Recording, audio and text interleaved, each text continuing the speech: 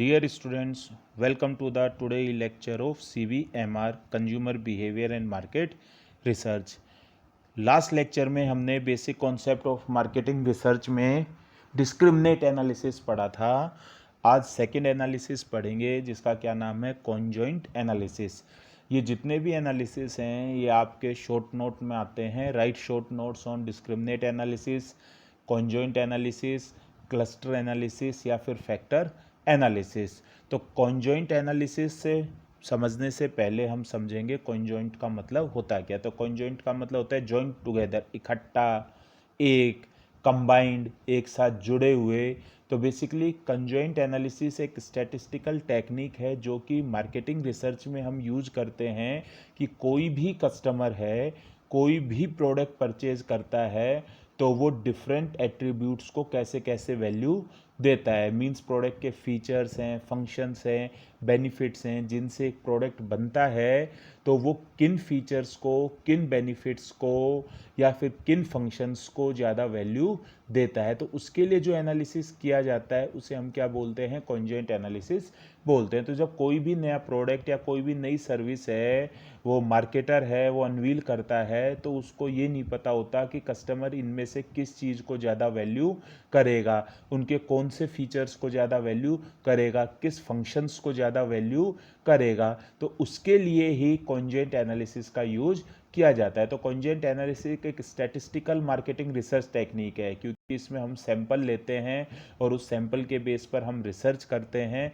और फिर हम रिजल्ट को आइडेंटिफाई करते हैं। फॉर एग्जांपल कोई टीवी मैन्युफैक्चरर है, वो ये जानना चाहता है कि उसके जो कस्टमर्स हैं वो पिक्चर क्वालिटी को प्रेफर करते हैं, साउंड क्वालिटी को मोर प्रेफर करते हैं, या पिक्चर और साउंड क्वालिटी से ज़्यादा प्राइस को प्रेफर करते हैं, या फिर स्क्रीन साइज को प्रेफर करते हैं, जिससे कि वो उन सब के कॉम्बिनेशन से बेस्ट ऑफर कस्टमर्स है को दे सके। तो उसके लिए जो एनालिसिस किया जाता है उसे हम कौन सा एनालिसिस बोलते हैं, कॉन्जॉइंट एनालिसिस बोलते हैं। तो कॉन्जॉइंट एनालिसिस का मेन ऑब्जेक्टिव क्या होता है कि जो इतने सारे एट्रीब्यूट्स होते हैं उन एट्रीब्यूट्स के बेस पर कुछ लिमिटेड नंबर ऑफ एट्रीब्यूट्स का कॉम्बिनेशन बनाया जाए जिससे कि कस्टमर उसके बेस पर डिसीजन ले सके। तो कॉन्जॉइंट एनालिसिस है, उसका जो मेन मोटिव होता है वो ये होता है दो या दो से ज़्यादा ऐसे एट्रीब्यूट्स आइडेंटिफाई करना और उनका एक बेस्ट कॉम्बिनेशन बनाना, और वो बेस्ट कॉम्बिनेशन है वो कस्टमर्स को ऑफर करना जिससे कि आपके प्रोडक्ट्स की सबसे ज़्यादा से ज़्यादा क्या हो, सेल हो। जैसे फॉर एग्जांपल कोई एयरलाइन कॉरपोरेशन है,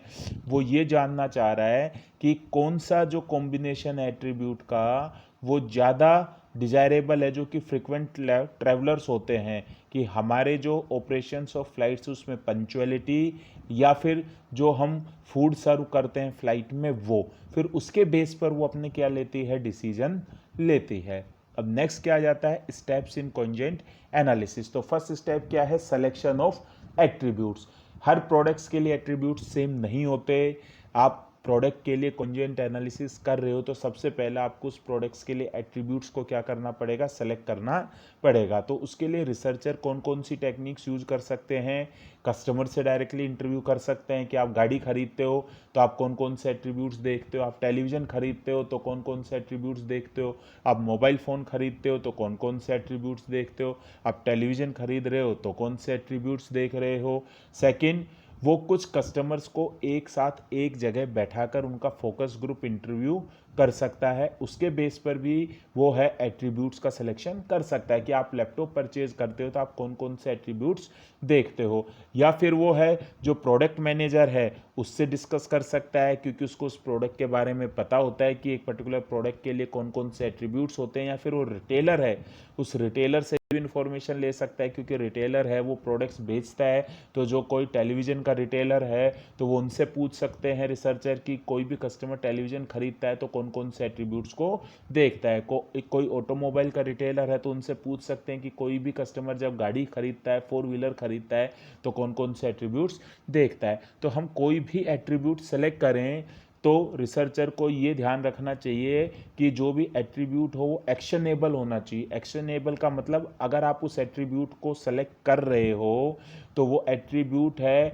ऐसा होना चाहिए कि आपके पास वो टेक्नोलॉजी और फिनेंशियल रिसोर्स होने चाहिए कि आप उस एट्रीब्यूट को प्रोडक्ट में कन्वर्ट कर कर कस्टमर को क्या कर सको, ऑफर कर सको। जैसे कि कस्टमर ने है बोल दिया कि भाई आपको किसी प्रोडक्ट, आपने ये पूछा कि आपको किसी प्रोडक्ट में क्या चाहिए, तो कस्टमर ने बोल दिया मेरे को तभी फ्लाइंग कार चाहिए कि नीचे ट्रैफिक बहुत ज़्यादा होता है, कोई ऐसी गाड़ी हो जो कि हवा में उड़ते हुए जाए और उसमें ट्रैफिक नहीं रहे। तो ये आपके लिए एक्शनेबल नहीं है, क्योंकि ना तो आपके पास अभी इतनी टेक्नोलॉजी है, ना ही इतना फाइनेंशियल रिसोर्स है कि आप आज की डेट में है वो फ्लाइंग कार को बना सको। या किसी ने बोल दिया कि मेरे को तो ऐसा पेन चाहिए कि बटन एक उसी पेन से ही रेड इंक हो जाए, उसी से ब्लू इंक हो जाए, उसी से ही येलो इंक हो जाए। तो ऐसा आपके पास अभी कोई टेक्नोलॉजी नहीं है। हाँ, वो पेन आते हैं जिसमें कि 4 रिफिल एक साथ होती हैं, उसमें अलग अलग कर कर करते हैं, लेकिन एक रिफिल में हम अपनी मर्जी से कलर को चेंज नहीं कर सकते। तो आपके पास वो टेक्नोलॉजी नहीं है, तो ऐसे एट्रीब्यूट्स को आपको सेलेक्ट करने का कोई भी बेनिफिट नहीं है। और दूसरा, जो भी आप एट्रीब्यूट सेलेक्ट करो वो कस्टमर के लिए इंपॉर्टेंट होना चाहिए। जैसे कि फॉर एग्जांपल टायर के लिए आपने कलर सेलेक्ट कर लिया, तो कलर एक एट्रीब्यूट है, लेकिन टायर के लिए कलर की कोई इंपॉर्टेंस नहीं है। या टायर के लिए आपने शेप सेलेक्ट कर ली, तो वो भी कोई इंपॉर्टेंट नहीं है, क्योंकि शेप एक राउंड ही हो सकती है, इसके अलावा टायर है वो किसी और शेप में नहीं आ सकता। तो आप कोई भी एट्रीब्यूट सेलेक्ट करो तो वो एट्रीब्यूट एक्शनेबल होना चाहिए और कस्टमर के लिए इंपॉर्टेंट होना चाहिए। जैसे कि फॉर एग्जांपल आपके लिए टेलीविज़न के लिए आप कॉन्जेंट एनालिसिस कर रहे थे, तो आपने कस्टमर से सर्वे कर कर, रिटेलर से पूछ कर, प्रोडक्ट मैनेजर से पूछ कर ये 4 एट्रीब्यूट्स डिसाइड कर लिए कि कोई भी कस्टमर है इन 4 एट्रीब्यूट्स के बेस पर किसी भी प्रोडक्ट को या टेलीविज़न को परचेज करता है। स्क्रीन साइज के बेस पर, स्क्रीन फॉर्मेट के बेस पर, ब्रांड देखता है और उसकी प्राइस देखता है। जो एट्रीब्यूट्स हैं वो बहुत ज़्यादा नहीं होने चाहिए, क्योंकि बहुत ज़्यादा एट्रीब्यूट्स होंगे तो आपको डेटा कलेक्शन में बहुत ज़्यादा प्रॉब्लम आएगी। तो 4 या 5 एट्रीब्यूट्स इनफ रहते हैं। सेकंड क्या आएगा फिर, स्पेसिफिकेशन लेवल्स ऑफ एट्रीब्यूट्स। अब आपने उन एट्रीब्यूट्स को आइडेंटिफाई कर लिया, अब नेक्स्ट स्टेप क्या आएगा कि हर एट्रीब्यूट को आप लेवल्स दो, 3 लेवल्स दो या 4 लेवल्स दो। जैसे कि फॉर एग्जांपल आपने टेलीविज़न के लिए 4 एट्रीब्यूट सेलेक्ट किए थे। कौन कौन से एट्रीब्यूट सेलेक्ट किए थे, स्क्रीन साइज सेलेक्ट किया था, तो इसको आप आगे 3 लेवल में कर सकते हो। स्क्रीन साइज है वो 32 इंच, 43 इंच और 49 इंच। सेकंड आपने सेलेक्ट किया था स्क्रीन फॉर्मेट, तो स्क्रीन फॉर्मेट के बेस पर आप एलसीडी है, एलईडी है और प्लाज्मा है। नेक्स्ट आपने क्या था, ब्रांड, तो ब्रांड में आप सोनी ले सकते हो, सैमसंग ले सकते हो, पैनासोनिक ले सकते हो। फिर नेक्स्ट प्राइस 20,000 रुपये, 30,000 रुपये और 50,000 रुपये। तो आपने पहले एट्रीब्यूट्स आइडेंटिफाई किए, फिर उन एट्रीब्यूट्स को आपने लेवल्स पर क्या कर दिया, स्पेसिफाइड कर दिया। जैसे कि आप फॉर एग्जांपल मोबाइल फ़ोन के लिए कॉन्जेंट एनालिसिस कर रहे थे कि मोबाइल फ़ोन खरीदते टाइम कस्टमर किन कॉम्बिनेशन को सबसे ज़्यादा देखता है, तो मोबाइल फ़ोन के लिए क्या क्या एट्रीब्यूट हो गए, स्क्रीन साइज, स्क्रीन का फॉर्मेट, रैम, बैटरी और कैमरा। तो ये उसके एट्रीब्यूट्स हो गए। तो आपने अब उनको आगे सब लेवल्स में स्पेसिफाइड कर दिया एट्रीब्यूट्स को आगे लेवल में। जैसे स्क्रीन साइज है 4 इंच है, 5 इंच है और 6.5 इंच है। स्क्रीन फॉर्मेट है एमएलओ डिस्प्ले हो गया, रेटिना डिस्प्ले हो गया, सुपर एमएलओ डिस्प्ले हो गया। ब्रांड है एप्पल हो गया, सैमसंग हो गया, वन प्लस हो गया। प्राइस हो गई उनकी, कैमरा हो गया 20 मेगापिक्सल हो गया, 30 मेगापिक्सल हो गया, 50 मेगापिक्सल हो गया। लैपटॉप आप परचेज करते हो तो लैपटॉप के लिए है एट्रीब्यूट्स क्या हो गए, बैटरी लाइफ हो गई, उसकी इंटरनल मेमोरी हो गई, उसका स्क्रीन साइज हो गया। तो उनको आपने लेवल्स में कर दिया। स्क्रीन साइज है 14 इंच है, 16 इंच है, 18 इंच है, इंटरनल मेमोरी है 512 MB है, 1 TB है, 2 TB है। बैटरी लाइफ है वो 10 घंटे चलने वाली, 1 दिन चलने वाली या 5 घंटे बैकअप देने वाली होगी। तो उसके क्या हो गए, स्पेसिफाइड लेवल्स ऑफ एट्रीब्यूट्स। अब थर्ड क्या है, स्पेसिफिक कॉम्बिनेशंस ऑफ एट्रीब्यूट्स। आपने टोटल टेलीविजन के केस में 4 एट्रीब्यूट्स डिसाइड किए और हर एट्रीब्यूट्स के आपने 3 लेवल्स किए, तो टोटल कितने कॉम्बिनेशंस बनेंगे एट्रीब्यूट्स के, उनको हम कैसे करेंगे, 4 थे और हर किसी के 3 थे लेवल्स, तो 3 इंटू 3 इंटू 3 इंटू 3, तो टोटल 81 क्या हो गए, कॉम्बिनेशंस हो गए। जैसे कि फॉर एग्जांपल पहला कॉम्बिनेशन हो गया LCD टेलीविज़न 32 इंच का सोनी का और 20,000 प्राइस। दूसरा कॉम्बिनेशन हो गया 32 इंच टेलीविज़न LCD सोनी का 30,000 प्राइस। तीसरा कॉम्बिनेशन हो गया 32 इंच का टेलीविज़न LCD सोनी का और 50,000 प्राइस। अब सेकंड हो जाएगा LED टेलीविज़न 32 इंच सोनी का 20,000 प्राइस। सेकंड हो जाएगा LED टेलीविज़न सोनी का 43 इंच 20,000 प्राइस। तो इस तरह करके टोटल कितने कॉम्बिनेशंस हो जाएंगे? 81 कॉम्बिनेशंस हो जाते हैं। फिर नेक्स्ट क्या है? Selection of form of stimuli. अब हम इन कॉम्बिनेशंस को रिस्पोंडेंट से फिल करवाते हैं। रिस्पोंडेंट को देते हैं कि अगर आपको ये टेलीविज़न खरीदने का मौका मिले तो आप इसमें से किस कॉम्बिनेशन को सबसे ज़्यादा प्रेफर करोगे। तो इसकी दो अप्रोच हैं, ट्रेड ऑफ अप्रोच और फुल प्रोफाइल अप्रोच। तो ट्रेड ऑफ अप्रोच है वो ट्रेडिशनल है, पहले यूज होती थी। इसमें हम एट ए टाइम 2 ही एट्रीब्यूट्स को कंसिडर करते थे और उन 2 एट्रीब्यूट्स में से कस्टमर को रैंकिंग देनी पड़ती थी, जैसे कि 32 इंच का LCD, 32 इंच का LED, 43 इंच का LCD, 43 इंच का LED। तो हर किसी के 2 कॉम्बिनेशंस होते थे वो आपको बताना पड़ता था। तो इस तरह करके टोटल 10 कॉम्बिनेशंस थे और हर किसी में 2 एट्रीब्यूट्स थे। तो कस्टमर को बताना पड़ता था कि फर्स्ट रैंक इस एट्रीब्यूट को दूंगा और लास्ट रैंक इस एट्रीब्यूट को दूंगा। अब नेक्स्ट क्या है? फुल प्रोफाइल अप्रोच, जो आज की डेट में यूज होते हैं क्योंकि मैथमेटिकल मॉडल्स हैं, कंप्यूटर हैं, सॉफ्टवेयर हैं, इसमें हम ज़्यादा एट्रीब्यूट्स वाले डेटा को क्या कर सकते हैं? एनालिसिस कर सकते हैं। तो इसमें 2 से ज़्यादा एट्रीब्यूट्स को एक साथ लेकर कस्टमर से पूछा जाता है। जैसे कि अपने वाले एग्जाम्पल में टोटल 81 कॉम्बिनेशंस थे और एक कॉम्बिनेशन में 4 एट्रीब्यूट्स थे।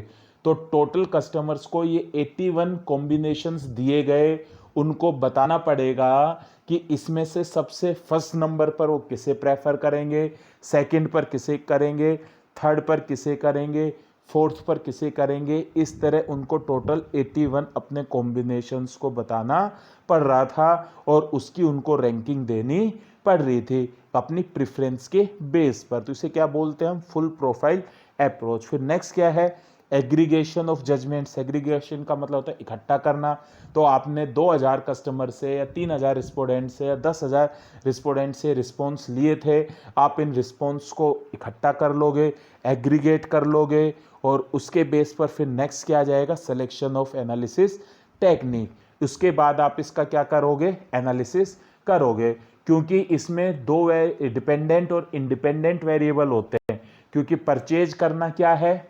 इसमें हम क्या करें कि कस्टमर का इंटेंशन टू परचेज, तो परचेज करना डिपेंडेंट वेरिएबल है और स्क्रीन साइज है, प्राइस है, ब्रांड है, स्क्रीन फॉर्मेट है, ये कौन सा है? Independent variable. तो मैंने आपको पहले ही बताया हुआ है। और ये डेटा कैसा डेटा है? मैट्रिक डेटा है, जिसको हम क्वांटिटेटिव टर्म में मेजर कर सकते हैं। तो मैंने आपको डिस्क्रिमिनेंट एनालिसिस में बताया था, जब मैट्रिक डेटा होता है और डिपेंडेंट और इंडिपेंडेंट वेरिएबल की स्टडी की जाती है तो हम रिग्रेशन एनालिसिस या एनालिसिस ऑफ वेरिएंस यानी कि अनोवा का यूज करते हैं। अब लास्ट इसमें क्या आ जाएगा? आपके इसमें कोई प्रैक्टिकल क्वेश्चन नहीं आता है, कोई मैथमेटिकल क्वेश्चन नहीं आता है, डायरेक्ट आता है right short notes on conjoint analysis. Next क्या है? Usefulness of conjoint analysis. तो अब आपको इससे समझ में आ ही गया होगा कॉन्जॉइंट एनालिसिस है वो मैन्युफैक्चरर के लिए कैसे यूजफुल है कि उसे पता चल जाता है कि मैं कौन सा फीचर है अपने प्रोडक्ट में या कौन सा फंक्शन है अपने प्रोडक्ट में ज़्यादा हाईलाइट करूं। उस प्रोडक्ट के लिए कस्टमर किस फंक्शन को, किस फीचर को सबसे ज़्यादा वैल्यू देते हैं। जैसे कि फॉर एग्जांपल रेस्टोरेंट है, तो आप अपना रेस्टोरेंट ओपन करना चाह रहे हो एक पर्टिकुलर सिटी में, तो आप वहाँ पे कॉन्जॉइंट एनालिसिस करना चाह रहे हो। आप ये चेक करना चाह रहे हो कि कस्टमर रेस्टोरेंट में किसको प्रेफर देते हैं। रेस्टोरेंट के एटमॉस्फेयर को प्रेफर दे रहे हैं, डिस्टेंस को लोकेलिटी से प्रेफरेंस देते हैं, या जो मेनू है उसमें वेरिएशंस को प्रेफरेंस देते हैं, या प्राइस को प्रेफरेंस देते हैं, या फूड की क्वालिटी को प्रेफरेंस देते हैं, जिसके बेस पर वो बेस्ट कॉम्बिनेशन उस सिटी में अपने रेस्टोरेंट में ऑफर कर सके। तो उसके लिए वो कौन सा एनालिसिस करेगा? उसके लिए वो कॉन्जॉइंट एनालिसिस करता है। तो 1970 के अराउंड है वो कॉन्जेंट एनालिसिस स्टार्ट हुआ था और धीरे धीरे ये मार्केटिंग रिसर्च का एक प्रॉपर इम्पोर्टेंट टूल बनता जा रहा है। और कोई भी कंपनी नया प्रोडक्ट है ऑफर कर रही है, उसमें कोई नए फीचर्स का कॉम्बिनेशन देना चाह रही है, तो उसके लिए वो कौन सा एनालिसिस यूज करती है, कॉन्जेंट एनालिसिस यूज करती है। पहले ये मैन्युफैक्चरिंग इंडस्ट्री में ही यूज होता था, लेकिन अब धीरे धीरे मैन्युफैक्चरिंग के साथ सर्विस इंडस्ट्री जैसे एयरलाइंस है, ट्रांसपोर्टेशन है, फूड है, रेस्टोरेंट्स हैं, क्रेडिट कार्ड कंपनीज हैं, ये भी कॉन्जेंट एनालिसिस टेक्निक का यूज करती हैं। तो इसी के साथ ही आपका एक कॉन्जेंट एनालिसिस क्या हो गया, कंप्लीट हो गया। Okay, thank you very much.